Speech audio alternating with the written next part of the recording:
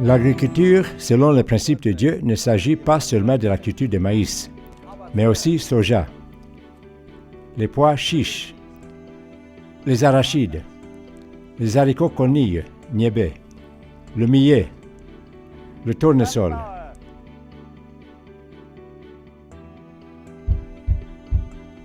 Testing 1, 2, le sorgho, le coton,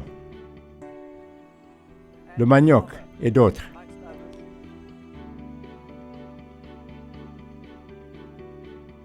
L'APD n'est pas exclusif à la culture de maïs et ce bref aperçu vous donnera quelques lignes directrices comment développer certains types de cultures alternatives.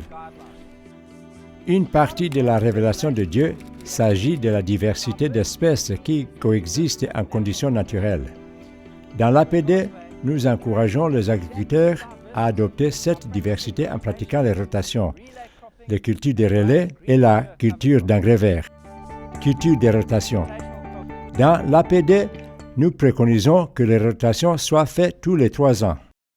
Diviser le terrain en 3 parties égales et allouer les 2 premières aux cultures vivrières, comme le maïs, et le 3e à la culture de rotation, par exemple des haricots verts. Les rotations présentent de grands avantages par rapport aux monocultures, notamment.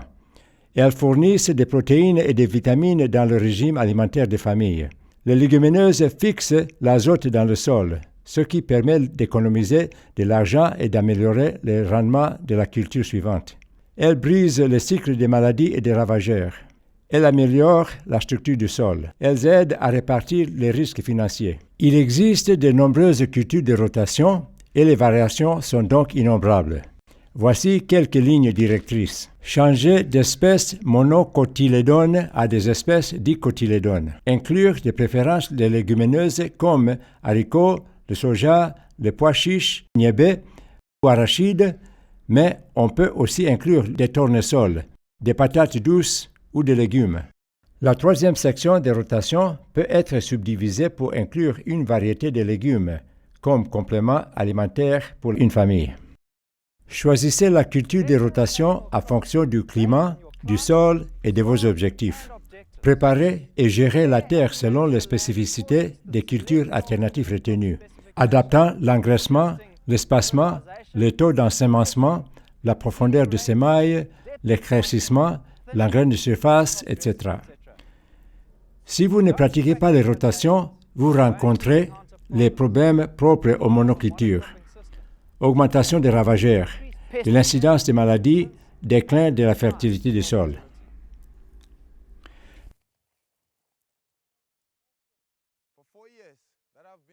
Pendant 4 ans que j'ai fait l'APD, je n'ai jamais eu la foi pour faire les rotations de cultures. Cette année, j'ai fait la rotation de cultures sur 1/3 de mon domaine et en faisant cela, je sais que je brise le cycle de la maladie. Aussi, par la rotation, j'équilibre des revenus de cette grande variété de cultures. Je sais que la rotation de cultures, comme ce que j'ai fait avec mon coton, est une partie importante de la pratique de l'agriculture selon le principe de Dieu de tout son cœur.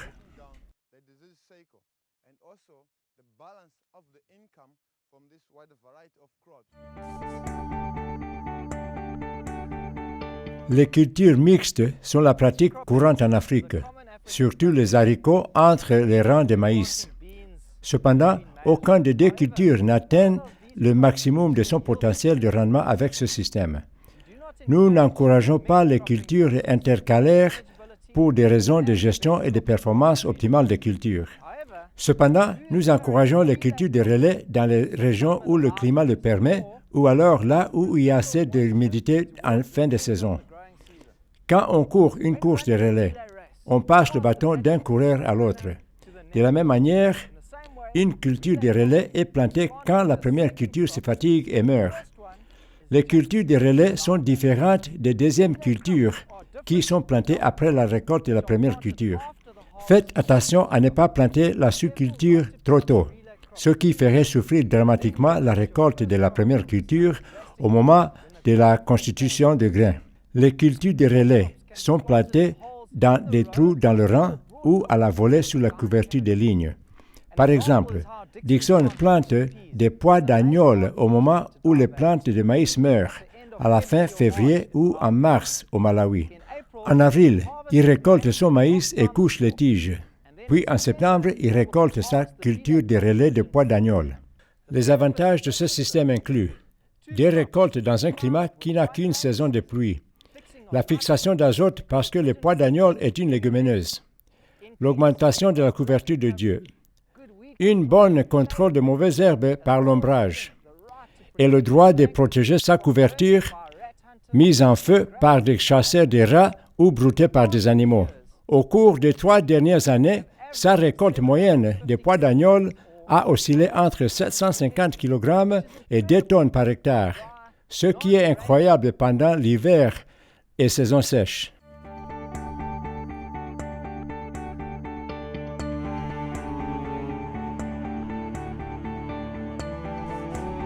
Les cultures de couverture de fumier vert font aussi partie de la toute-suffisance de Dieu et dans des climats adaptés et avec une gestion adéquate s'intègrent au cycle des cultures. Les cultures de couverture de fumier vert seraient bien adaptées au climat de courtes et longues pluies de l'Afrique centrale et ouest et partout où il y a de longues pluies. Les meilleures variétés de légumes incluent le dolicho lablab, le mukuna, pois mascat, la conille niébé, la luzerne, la gesse, poivre carré, la vescue velue. Certains monocotes appropriés incluent le blé, le seigle et l'avoine. D'autres espèces de cultures de couverture comme niébé, petits pois et blé sont bien adaptées aux cultures de relais et peuvent être sémis à la volée sous la couverture, avant la dernière désherbage quand les feuilles meurent. Les cultures de couverture de fumier vert ont été utilisées commercialement pendant de nombreuses années pour augmenter le pourcentage de la couverture de Dieu, fixer l'azote, améliorer la fertilité du sol, contrôler les mauvaises herbes, éviter l'érosion, fournir un fourrage riche en protéines aux animaux et un revenu supplémentaire et de la nourriture aux hommes.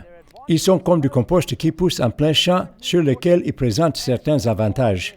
Ils ne nécessitent pas d'arrosage et demandent beaucoup moins de main-d'œuvre intensive.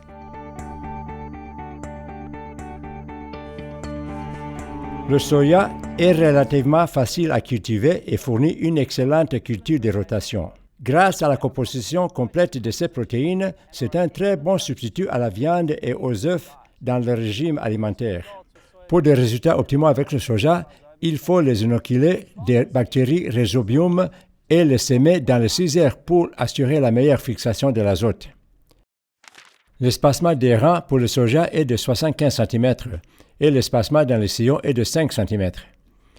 Pour les organiques, utilisez une profondeur de 8 cm dans le sillon et pour les inorganiques, 5 cm. Mettez 350 ml d'engrais organiques par mètre ou 8 ml de NPK inorganique.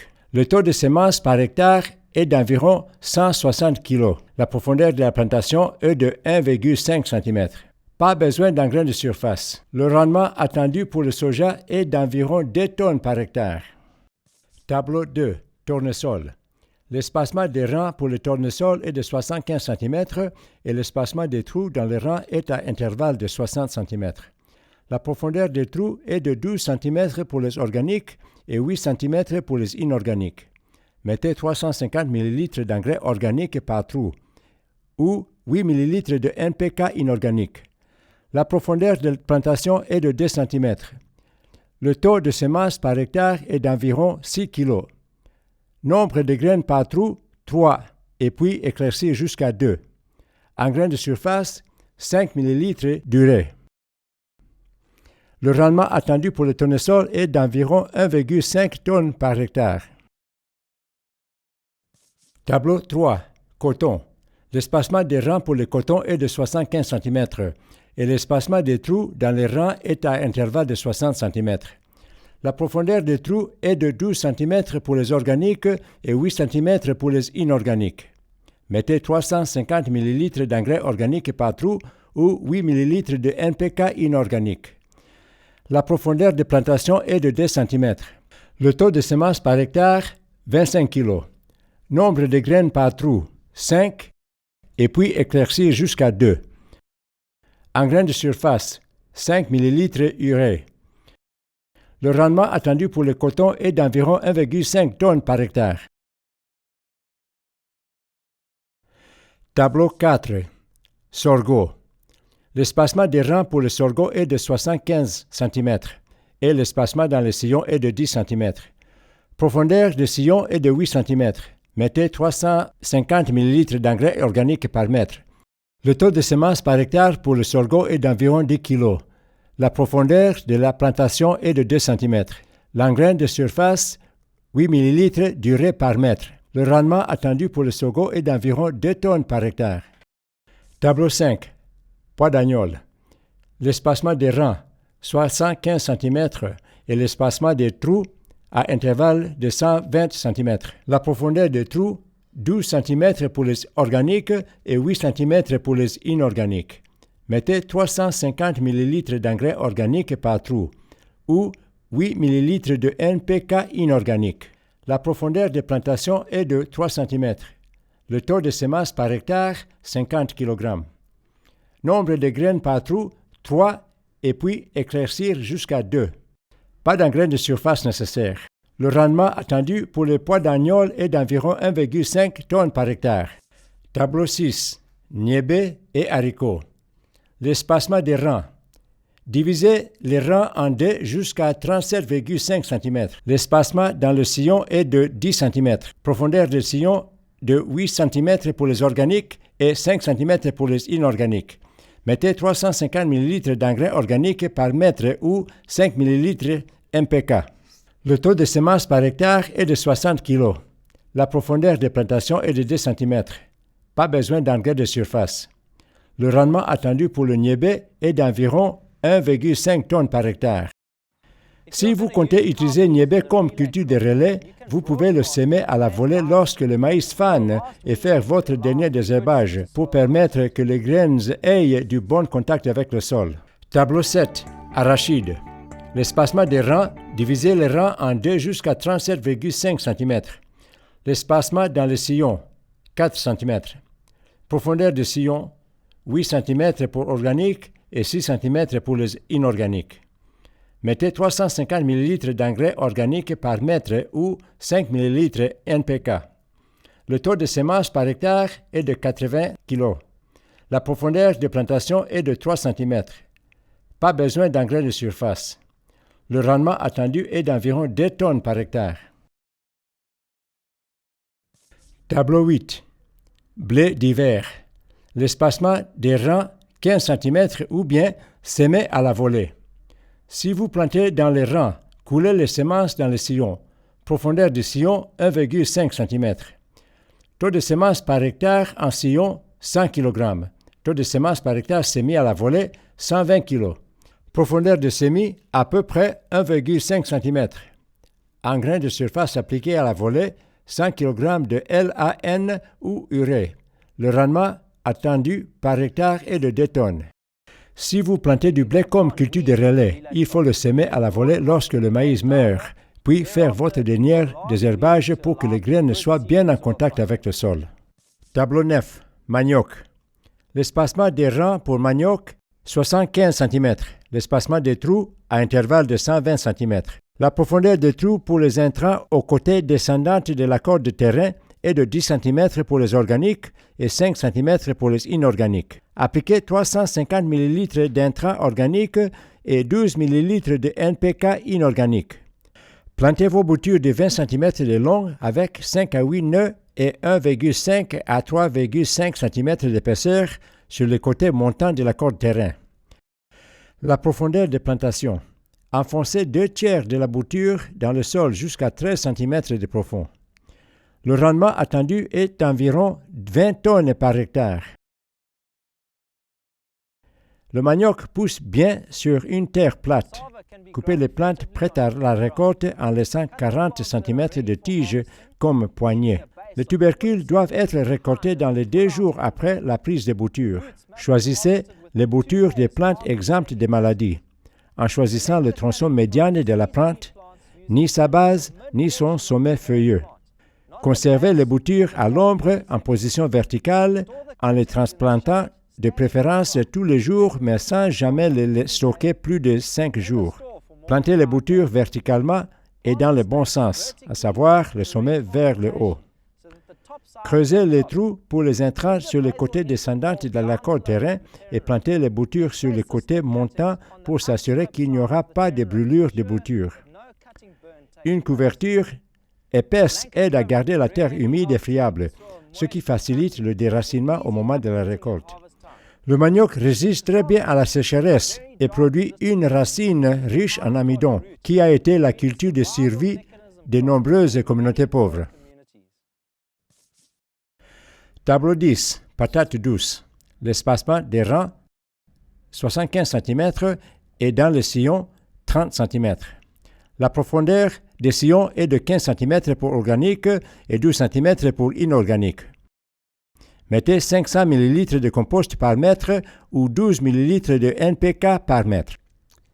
Plantez vos boutures de 30 cm de longue à plat pour 20 cm, laissant les dernières feuilles exposées.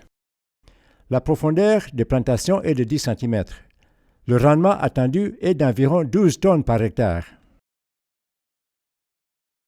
Les boutures de 30 cm de longue doivent idéalement être placées dans un endroit frais et ombragé pendant 3 jours pour stimuler la croissance avant le repiquage. Les boutures doivent provenir des parents sains et âgés d'environ 3 mois. La patate douce a une haute valeur nutritionnelle et devrait devenir une denrée de base cultivée par toutes les familles d'agriculteurs. Dieu nous a montré l'importance de la diversité dans sa création, et nous devrions suivre au plus près ce que nous voyons notre Père faire dans tout ce qui concerne l'agriculture.